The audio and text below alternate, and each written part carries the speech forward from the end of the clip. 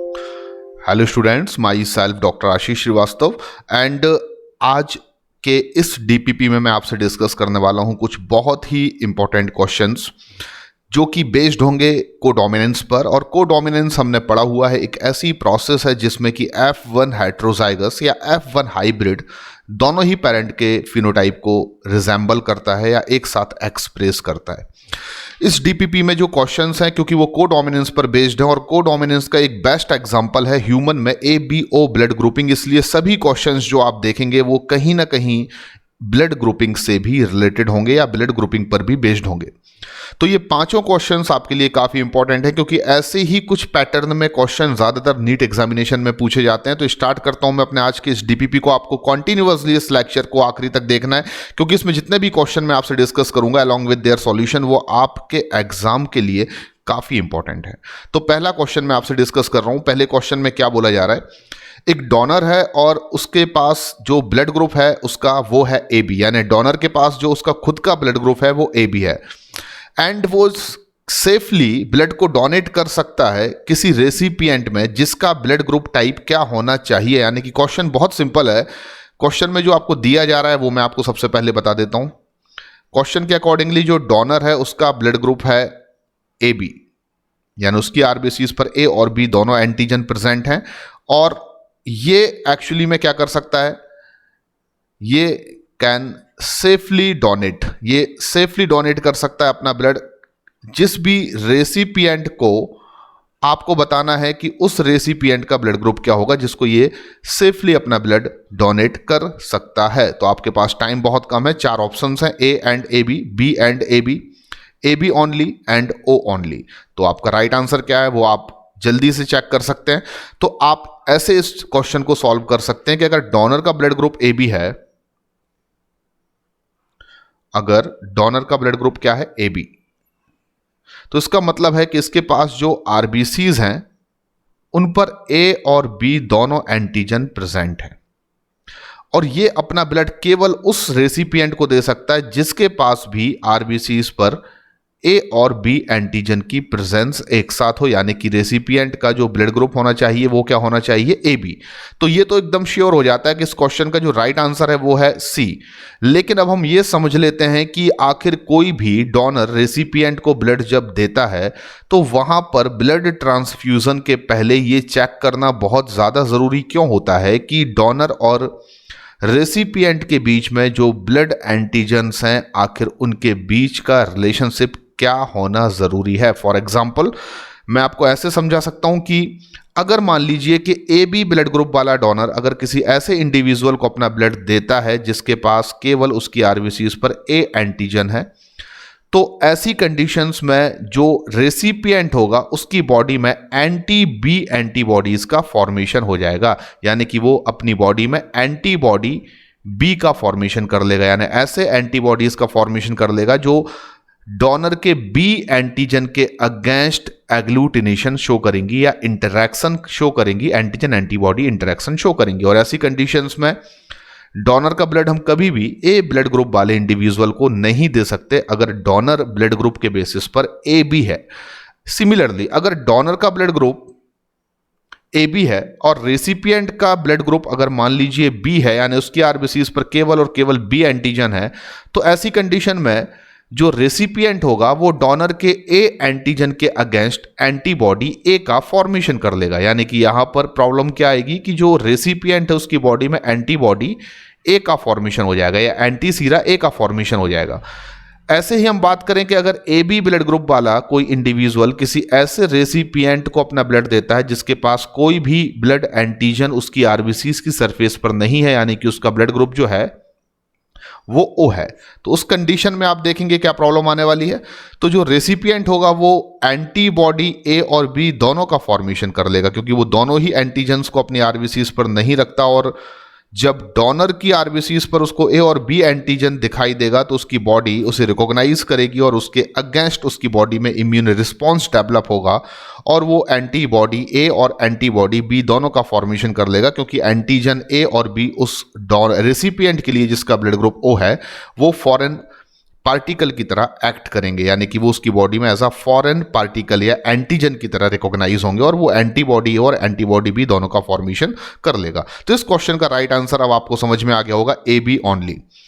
अगला क्वेश्चन है, इस क्वेश्चन में आपसे बोला जा रहा है कि एक फीमेल है और उस फीमेल का ब्लड ग्रुप जो है, यानी कि मैं मदर लिख देता हूं, एक फीमेल है जिसका ब्लड ग्रुप जो है वो ओ है। तो फीमेल का ब्लड ग्रुप इसमें क्या दिया जा रहा है क्वेश्चन में, ओ। और यह बताया जा रहा है कि इस फीमेल का जो चाइल्ड है उसका ब्लड ग्रुप भी ओ है, यानी कि फीमेल का ब्लड ग्रुप भी ओ है और उस फीमेल का जो चाइल्ड है, बच्चा है, उसका ब्लड ग्रुप भी ओ है।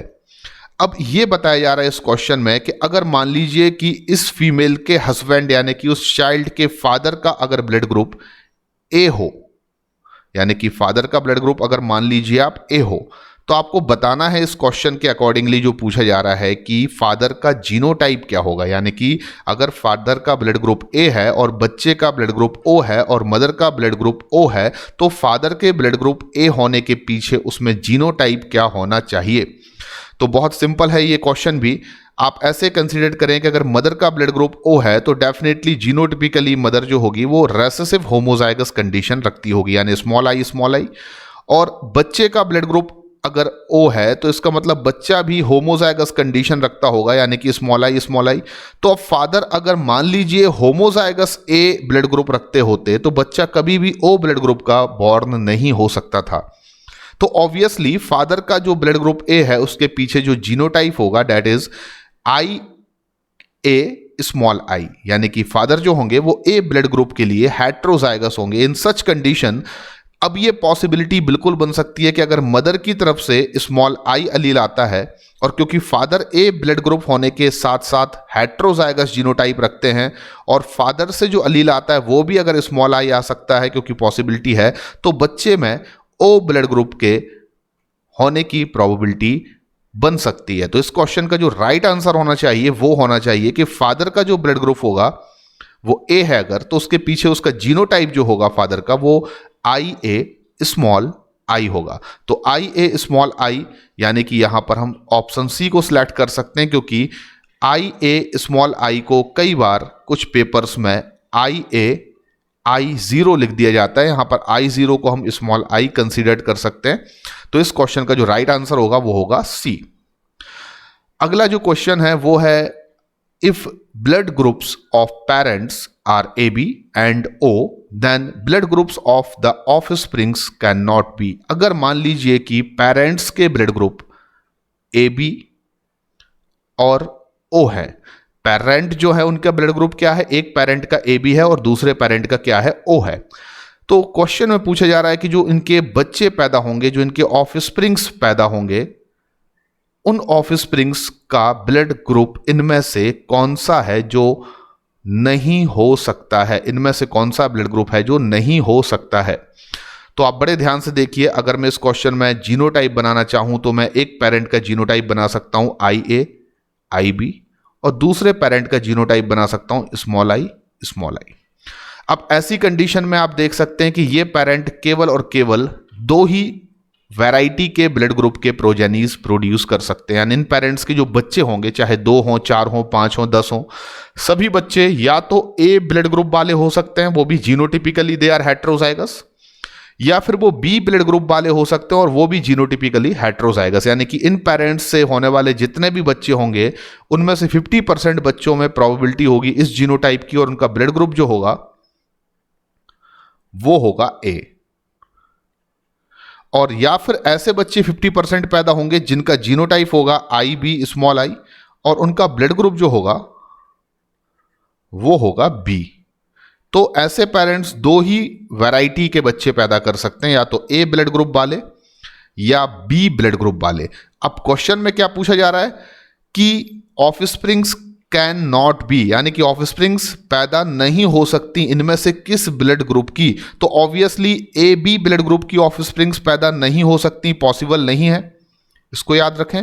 और ओ ब्लड ग्रुप के ऑफस्प्रिंग्स भी प्रोड्यूस नहीं हो सकते हैं क्योंकि एक पेरेंट आपका जो है वो ए बी ब्लड ग्रुप रखता है, यानी कि वो 100% ऐसा ही एक अलील दे सकता है, या तो वो IA दे सकता है या वो IB दे सकता है।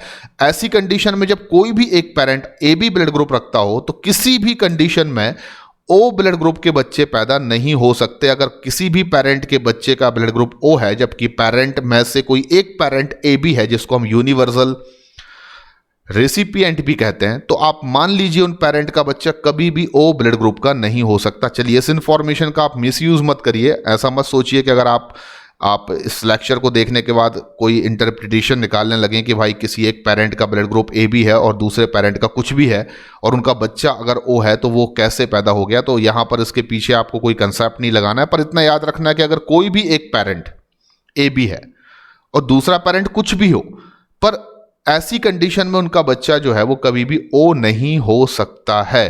तो यहां पर O ब्लड ग्रुप भी पॉसिबल नहीं है, AB भी पॉसिबल नहीं है, यानी कि इस क्वेश्चन का जो राइट आंसर होना चाहिए वो होगा ऑप्शन डी, क्योंकि कैन नॉट बी पूछा जा रहा है, इसमें से कौन सा ब्लड ग्रुप नहीं हो सकता है। तो आपका आंसर होगा बोथ A एंड B, क्योंकि AB भी नहीं हो सकता है और O भी नहीं हो सकता है। तो ऑप्शन डी जो है वो बता रहा है आपको A एंड B बोथ। अगला क्वेश्चन लेते हैं। अगला क्वेश्चन भी बहुत इंपॉर्टेंट और सिंपल है। Inheritance of ABO blood grouping is an example of. तो ये मैं बार बार आपको बताता रहता हूं जब भी मैं इनकम्प्लीट डोमिनेंस, को डोमिनेंस या कोई भी ऐसा टॉपिक पढ़ाता हूं जहां पर एग्जाम्पल याद रखने बहुत ज़रूरी होते हैं। तो आप हमेशा याद रखिए कि ABO ब्लड ग्रुपिंग कई चीज़ों का एग्जाम्पल है। ये को डोमिनेंस का बेस्ट एग्जाम्पल है, इसमें कोई भी हमें प्रॉब्लम नहीं होना चाहिए। पर को डोमिनेंस का एग्जाम्पल केवल कौन सा ब्लड ग्रुप है? AB। ये डोमिनेंस का एग्जाम्पल भी बन सकता है, क्योंकि अगर आप किसी ऐसे पेरेंट को लेते हैं जो हेट्रोजाइगस A है या हेट्रोजाइगस B है, तो वहां पर आप देखेंगे डोमिनेंसी शो होती है, यानी कि डिसिमिलर पेयर ऑफ अलील में से एक अलील एक्सप्रेस होता है।